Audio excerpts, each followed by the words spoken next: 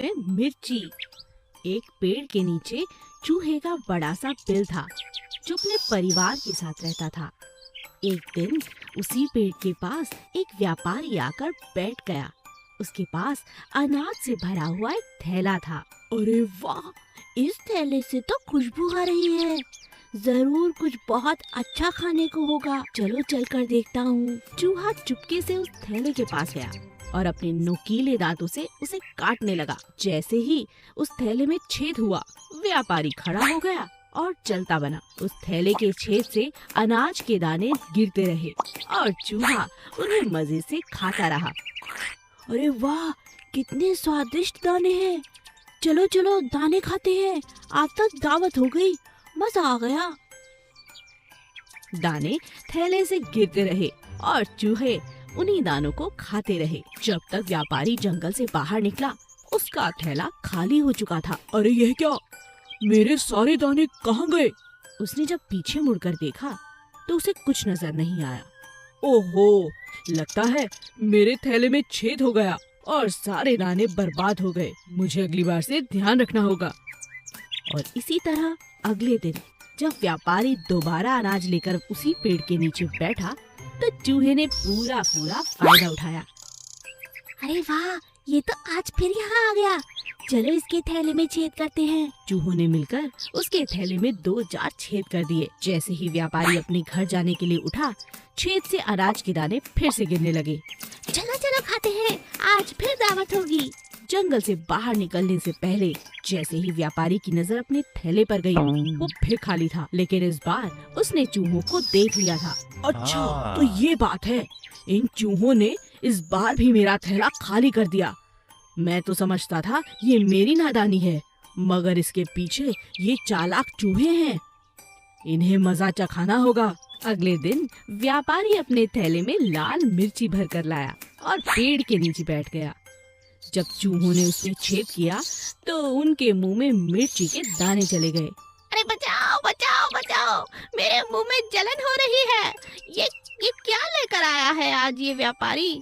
अरे मेरे मुंह जल गया, बचाओ बचाओ बचाओ। हंसता हुआ व्यापारी अपनी मिर्ची लेकर वहाँ से चलता बना और चूहों को अपनी गलती का पछतावा हुआ। 2 बिल्लियाँ और बंदर। एक शहर में 2 बिल्लियाँ थीं। वो दोनों साथ साथ खेलती और खाना भी साथ साथ ढूंढती।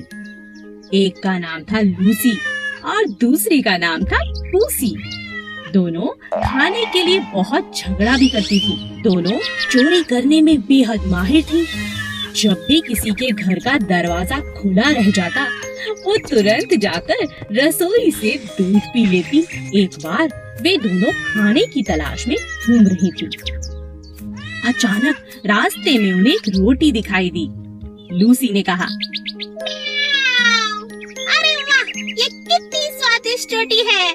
मेरा तो खाने का इंतजाम हो गया। पूसी ने कहा, क्या कहा? यह रोटी मेरी है, मैंने इसे पहले देखा था। तुम जाओ यहाँ से। लूसी ने कहा, क्या? तुम हमेशा दूसरों का खाना खाती हो, दूसरों से छीनती हो। चली जाओ यहाँ से। ये मेरी रोटी है, मुझे बेवकूफ मत बनाओ। यह रोटी मेरी है, लालची कहीं की। मेरी मेरी मेरी मेरी। दोनों बिल्लियाँ जोर जोर से रोटी के लिए आपस में झगड़ने लगी। तभी वहाँ उनका दोस्त बंदर आ गया। बंदर ने कहा, इतनी सी बात पे क्या झगड़ना, मैं इस रोटी को आधा कर देता हूँ, तुम दोनों उसे खा लो। हाँ बंदर, हमारी बहुत मदद हो जाएगी। ये तो मुझसे हमेशा लड़ती रहती है। लो, हो गए रोटी के 2 टुकड़े। नहीं नहीं, इसमें एक छोटा है। लाओ, मैं अभी बराबर कर देता हूँ। अरे ये अभी भी छोटा है। लाओ, मैं फिर बराबर कर देता हूँ। बस इसी तरह चालाक बंदर ने थोड़ा थोड़ा करके पूरी रोटी को खा लिया और दोनों बिल्लियाँ यह देखकर सर पकड़ने लगी। अरे ये हमने क्या किया? ये चालाक बंदर तो हमारी रोटी खा गया। ठीक ही कहा है किसी ने, झगड़ा करने से कुछ नहीं होगा। इससे अच्छा तो हम दोनों बांट कर इस रोटी को खा लेते, है ना पूसी? हाँ हाँ लूसी। एक गांव में राजू नाम का लड़का रहता था। वो रंग बिरंगी सुंदर सुंदर टोपियां बनाया करता था और उन्हें बाजार में जाकर बेच देता था। उसकी सुंदर सुंदर टोपियां सभी को बहुत अच्छी लगती थी।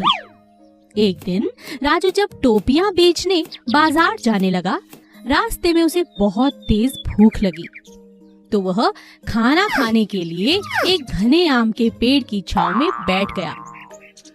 बड़ी तेज धूप है, क्यों ना थोड़ी देर इस पेड़ के नीचे बैठकर आराम कर लेता हूँ और खाना भी खा लेता हूँ।